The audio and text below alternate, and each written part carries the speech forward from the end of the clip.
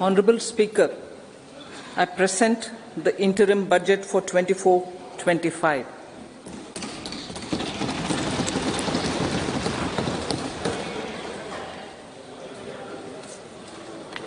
The Indian economy has witnessed profound positive transformation in the last 10 years. The people of India are looking ahead to the future with hope and optimism. With the blessings of the people, when our government, under the visionary and dynamic leadership of Honourable Prime Minister Shri Narendra Modi, assumed office in 2014, the country was facing enormous challenges. With Sabka Saath, Sabka Vikas as its mantra, the government overcame those challenges in right earnest. Structural reforms were undertaken. Pro-people programs were formulated and implemented promptly. Conditions were created for more opportunities for employment and entrepreneurship. The economy got a new vigor. The fruits of development started reaching the people at scale. The country got a new sense of purpose and hope. Naturally, the people blessed the government with a bigger mandate. In the second term, our government, under the leadership of Honourable Prime Minister, doubled down on its responsibilities to build a prosperous country with comprehensive development of all people and all regions. Our government strengthened its mantra to Sabka Saath, Sabka Vikas and Sabka Vishwas. Our development philosophy covered all elements of inclusivity, namely social inclusivity through coverage of all strata of the society, and geographical inclusivity through development of all regions of the country. With the whole of nation approach of Sabka Prayas, the country overcame the challenges of once-in-a-century pandemic, took long strides towards Atmanirbhar Bharat, committed to Panch Pran, and laid solid foundations for the Amrit Kal. As a result, our young country has high aspirations, pride in its present, and hope and confidence for a bright future. We expect that our government, based on its stupendous work, will be blessed again by the people with a resounding mandate. Inclusive development and growth. Our humane and inclusive approach to development is a marked and deliberate departure from the earlier approach of provisioning up to village level. Development programs were thus provisioned. In the last 10 years, however, have targeted each and every household and individual through housing for all, Har Ghar Jal, electricity for all, cooking gas for all, bank accounts and financial services for all in record time. The worries about food have been eliminated through free ration for 80 crore people. Minimum support prices for the produce of Annadata are periodically increased appropriately. These and the provision of basic necessities have enhanced real income in the rural areas. Their economic needs could be addressed, thus spurring growth and generating jobs. Social justice. Our government is working with an approach to development that is all-round, all-pervasive and all-inclusive. Sarvangin, Sarvasparshi or Sarvasamaveshi. It covers all castes and people at all levels. We are working to make India a Vikasit Bharat by 2047. For achieving that goal, we need to improve people's capability and empower them. Previously, social justice was mostly a political slogan. For our government, social justice is an effective and necessary governance model. The saturation approach of covering all eligible people is the true and comprehensive achievement of social justice. This is secularism in action, reduces corruption, and prevents nepotism, prevents Bhai Bhatijawad. There is transparency and assurance that benefits are delivered to all eligible people. The resources are distributed fairly. All, regardless of their social standing, get access to opportunities. We are addressing systemic inequalities that had plagued our society.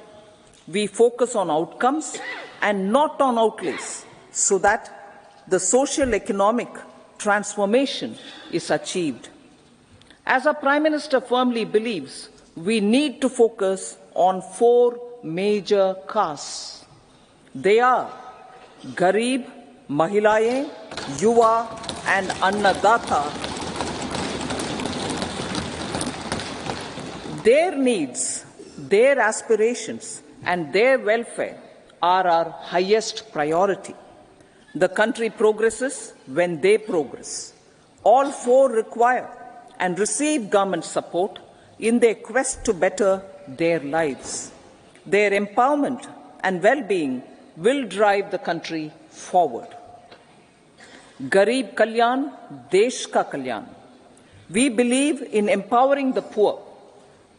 The earlier approach of tackling poverty through entitlements had resulted in very modest outcomes.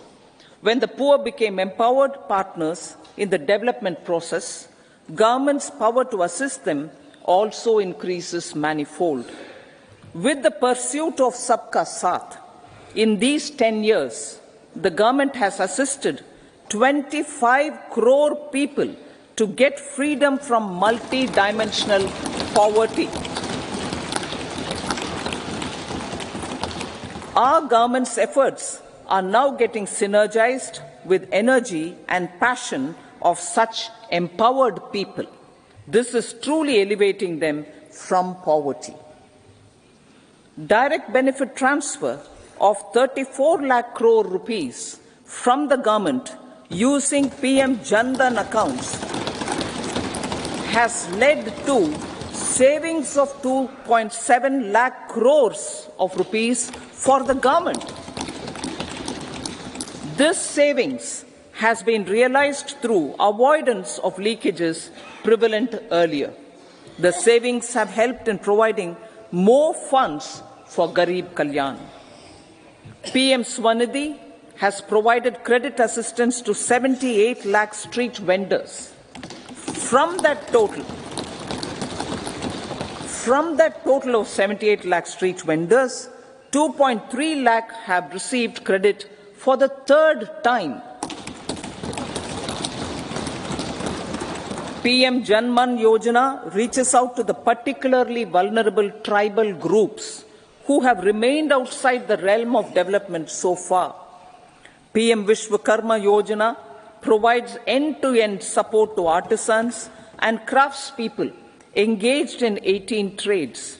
The schemes for empowerment of Divyangs and transgender persons reflect firm resolve of our government to leave no one behind. Welfare of Annadata. Farmers are our Annadata. Every year under PM Kisan Samman Yojana, direct financial assistance is provided to 11.8 crore farmers, including marginal and small farmers. Crop insurance is given to 4 crore farmers under PM Fasal Bima Yojana. These, besides several other programs, are assisting Annadata in producing food for the country and for the world.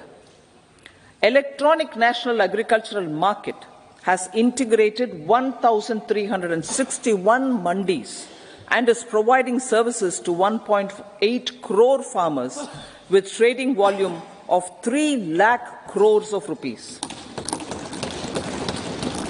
The sector is poised for inclusive, balanced, higher growth and productivity. These are facilitated from farmer-centric policies, income support, coverage of risks through price and insurance support, promotion of technologies and innovations through startups. Empowering the Amrit PD, the Yuva. Our prosperity depends on adequately equipping and empowering the youth. The National Education Policy 2020 is ushering the transformational reforms. PM Schools for Rising India, PM Shri, are delivering quality teaching and nurturing holistic and well-rounded individuals. The Skill India mission has trained 1.4 crore youth, upskilled and reskilled 54 lakh youth, and established 3,000 new ITIs. A large number of institutions of higher learning, namely 7 IITs, 16 triple ITs, 7 IIMs, 15 AIMS, and 390 universities have been set up. PM Mudra Yojana has sanctioned 43 crore loans aggregating to 22.5 lakh crores of rupees for entrepreneurial aspirations of our youth. Besides that, Fund of Funds, Startup India, and Startup Credit Guarantee schemes are assisting our youth. They are also becoming Rozgar Data. The country is proud of our youth scaling new heights in sports. The highest ever medal tally in Asian Games and Asian Para Games in 2023 reflects a high confidence level.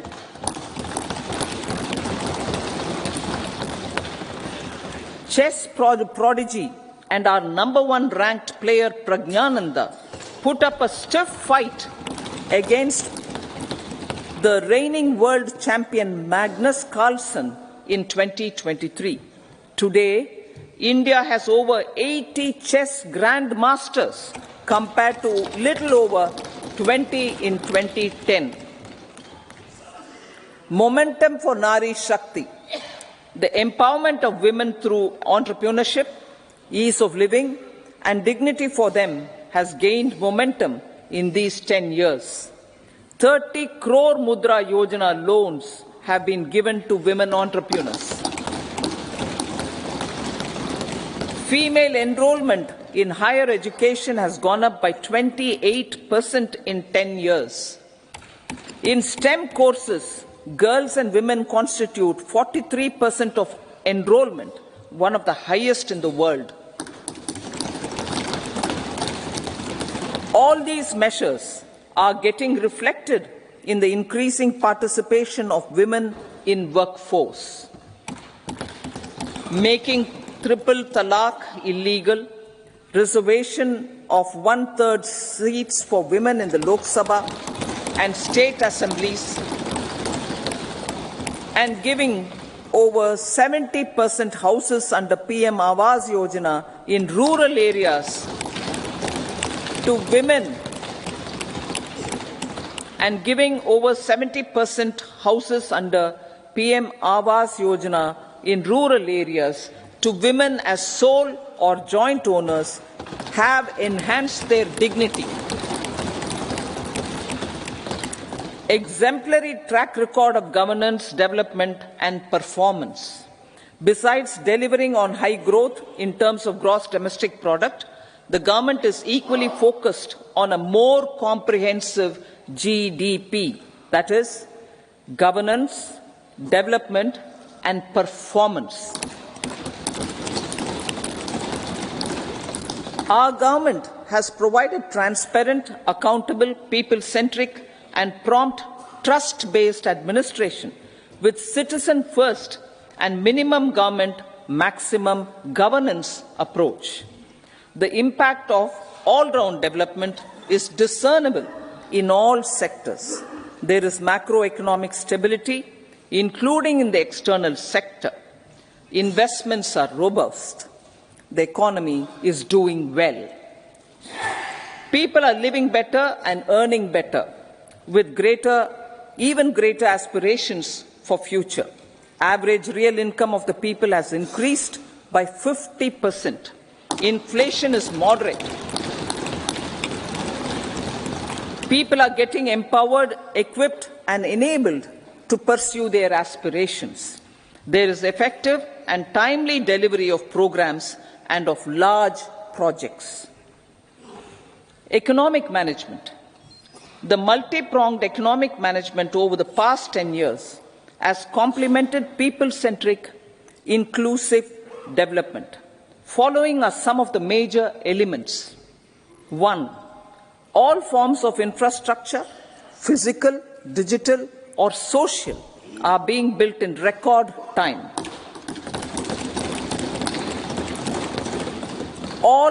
Number 2, all parts of the country are becoming active participants in economic growth. Number 3, digital public infrastructure, a new factor of production in the 21st century, is instrumental in formalization of the economy. Number 4, goods and services tax has enabled one nation, one market, one tax. Tax reforms have led to deepening and widening of tax base. Number 5, strengthening of the financial sector has helped in making savings, credit, and investments more efficient. Number 6, GIFT, IFSC, and the Unified Regulatory Authority, IFSCA, are creating a robust gateway for global capital and financial services for the economy.